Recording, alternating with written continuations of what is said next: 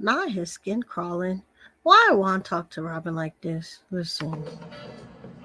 How are you? Don't worry. I'm working on like the health insurance stuff. The problem is it's not effective until June 1st. What? Yeah, but I mean, we just have to pay cash for your medication. I don't think it's that easy. Financially, things are the same. Even though he lost his job, Juan had 15 months left on his contract, so he was paid for 15 months of work. But hopefully Juan gets a new job within the next 15 months before, then we have to start making changes. But financially, we're good. So we'll get that together, and then once I get the information from the health insurance company for, and we'll get that to your doctor so that they can connect with the prescription. Yeah, but anyway, I'm like, so crazy, like, I don't know, the ladies, the ones that, like, I'm not as close with, like Karen, Wendy, Candace, they had a lot to say about, like, our whole situation, and Candace is trying to infer that I'm, like, I damaged the group because I didn't share this information, while we were filming. Yeah, it's like it's the most ludicrous stuff I've ever heard. Who's going to be charged and everything? Because she pretty much implied that because I spoke about your lawsuit, that's one of the reasons why you got fired. And that triggered, like, that really set me off.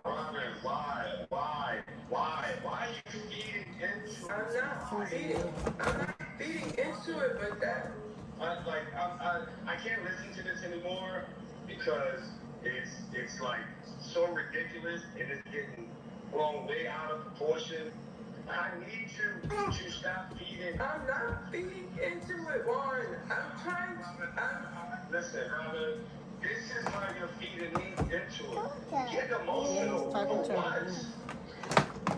Get emotional. It's not their life. It's our life. I'm not going to let you keep allowing these women get you super emotional. I'm not emotional. I'm not emotional. Right now. Robin, please. I can't listen because my skin is crawling right now. It is crawling. Wow.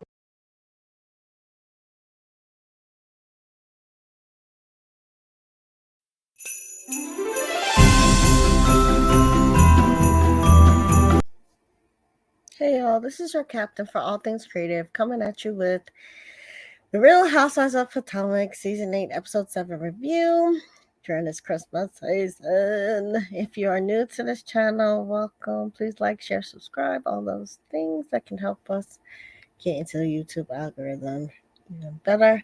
And if you're returning, thank you so much. We love you. Let's get into the episode like we always do. So, this was Robin's Cry on the Curb episode. And you see that after getting into it with Candace and Wendy about Juan's lawsuit and his job possibly being put even more in danger because of some of the things that Robin said. Robin is a wreck. They head to Chicken Poop Bingo. Karen acts scared, and then Robin acts like a victim and continues to go outside and cry. And then Mia and Giselle go after Robin. And then Karen and Wendy have to end up comforting Candace because I guess Candace gets upset seeing Robin upset. And you can tell that Candace definitely still wants to be friends with Robin, but she really should have thought of that when she was going in the press and the interviews that hard against Robin. So it's kind of like she was rallying the troops to get Robin fired because she was saying things like, if Andy always tells me, that it's my job to do reality TV, show my reality, how are we letting this person bury the lead and not share that reality? She was tweeting and doing interviews about Robin, so Robin really could have got fired. So I think Candace was upset about Chris in the moment, so that's why she did that. But now I think she does regret the fact that their friendship has fallen apart, but she kind of needs to pick a side. Like, either stay upset, draw your line, or, apologize for what you said. But I don't think she wants to apologize for what she said. She wants to have her cake and eat it too. Or in Guyana, we say she wants to have cake and bake. She wants to be able to roast Robin, but then still have Robin be friends with her, and that's not gonna work.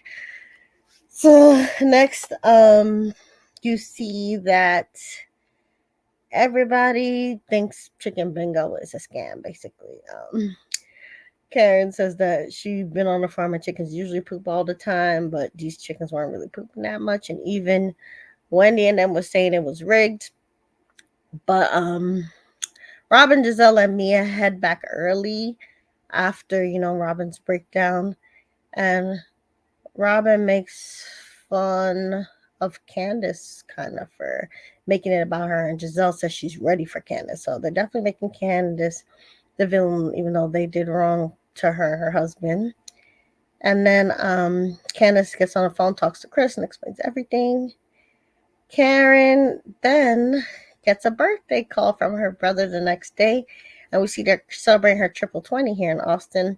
Giselle brings her gifts, but they're very hotel based, like just like a candy bar and like, probably the bottle of champagne that was in her room in the fridge. So it was still thoughtful of her because she sang to Karen. You could tell that they're still friends, even though they have a very famous frenemy relationship and vibe on the show. But then Giselle tells Karen that even though she's trying to be the peacemaker in the group, Giselle will never be friends with Candace. And she says that because of Candace, she's gotten death threats and her family's safety is compromised since Candace brought up colorism at the reunion. Now, I will say this. I don't know if Giselle's getting death threats or not, but I wouldn't blame Candace for that. A lot of people have been, you know, triggered by Giselle and the way she treats girls. She's very a mean girl esque. She's always doing the whole, do something to someone and then act like she's the victim thing, and it does get old. So I think she has to take some accountability for the things she has done on the show, especially when it comes to Candace, because she accused Candace's husband of being a sneaky link and, putting her in a compromising situation. It's like, if she's gonna turn around then and play victim, then obviously the Candace stands are going to defend Candace, and some of them do go too far.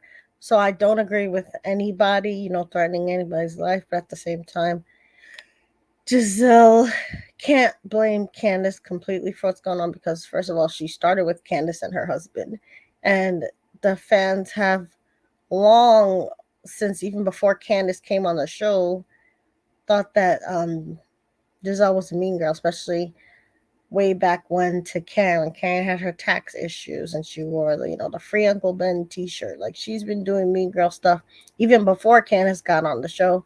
So I don't think she should blame Candace for fans and stands, being upset with her. But of course, again, the stands need to stop doing crazy stuff like that. Um Next, the girls are all getting ready to go out kayaking, I believe, for Karen's birthday. We see Aneka to her hair and acknowledging that her weave is stiff. Mia and Gordon talk on the phone, and Mia says that she disagrees with him suing his family about the business. Giselle then says that she told Nika to switch seats with Robin so that the Green Eyed Bandits can drive together once more. And again, the moving Nika around thing's kind of like a hazing thing, but whatever. Nika's listening, so I guess she wants to be incorporated into the Green Eyed Bandit sorority, so she's gonna listen to Big Sister Almighty Giselle. Shout out to Gabor. Next, you see the girls all say happy birthday to Karen in the confessionals, and you can see how Karen really is the gun down because, as fractured as this cast is, all of them respect her and all of them have, well wishes for her. The girls then all kayak except for Karen because she says she doesn't want to swim. And then they share wine and backwash in the kayaks. And then on the drive home, Karen says that she bought the land and the house that had belonged to her grandmother in Surrey County, and she's going to turn it into a resort. So this is the main bulk of the episode. Robin is upset and tearily telling Juan that the girls are talking about how she's dividing the group, and also saying that Candace inferred that part of the reason why Juan lost his job is partly because of how Robin spoke about the lawsuit in the press. And you saw in the clip in the intro, Juan gets very animated. He talks to her like animal. He's growling and roaring at her, telling her that, she's making his skin crawl and he can't listen to her, and he hangs up on her. And it's giving super insensitive, possibly abusive. And even though, Robin and Giselle have done a lot of terrible things during the show, whether it's, delivering fake pizza to Karen to try to expose her for not living in you know, the house that she lived in, or Robin brings a picture of Blue Eyes, or Robin filming Wendy getting assaulted, drinks thrown at her and stuff, and laughing. I actually did feel bad for Robin in this scene, not because of, anything with the girls, but just because of her husband is treating her, because she's going this hard for him. But he can't even listen to her on the phone. This is the same man that had no problem going outside during quarantine to pay for a stranger's hotel that he allegedly did nothing with, but he can't stay on the phone for 5 minutes with his wife and just listen to her, be empathetic. Like, he hung up on her. It's very, very sad. So I hope that, Robin can see through all of this, but it's giving like either she's blind or she and him are just going through the motions for the kids, because it was said by Giselle that when Juan and Robin had broken up, Robin was trying to date new people, but Juan would make problems for her to move on. And he did stay in the house with her during the divorce and slept with her from time to time, even though he got caught on the hot like saying he can't live like this and he was only doing this for the kids. So he has made it hard for her to move on during the divorce because he just stayed there. Part of it was their financial situation because Robin spent up all his money, so maybe he couldn't move out. So I think in a way he's punishing her for, spending all his NBA money. It's a vicious cycle. She probably feels bad for spending all the money, so she lets him talk to him, however, to get his lick back. And it's just a bad cycle. They need to either forgive each other and go to counseling to learn how to love each other in a healthy way, or they just need to leave each other alone because it's just very painful to watch. And I don't like Bravo having them on our screen. They're normalizing this kind of disrespect and almost verbal abuse. So I don't like it. And Robin is letting Juan treat her like this as well. So I want to feel sorry for her, but she has to get ready to feel sorry for herself and leave for any of it to change. So I don't like it, but we'll see how the girls move forward in the next episode. So y'all put how you feel in the comments, like, share, and subscribe. And remember, you're the master of your fate and the captain of your soul.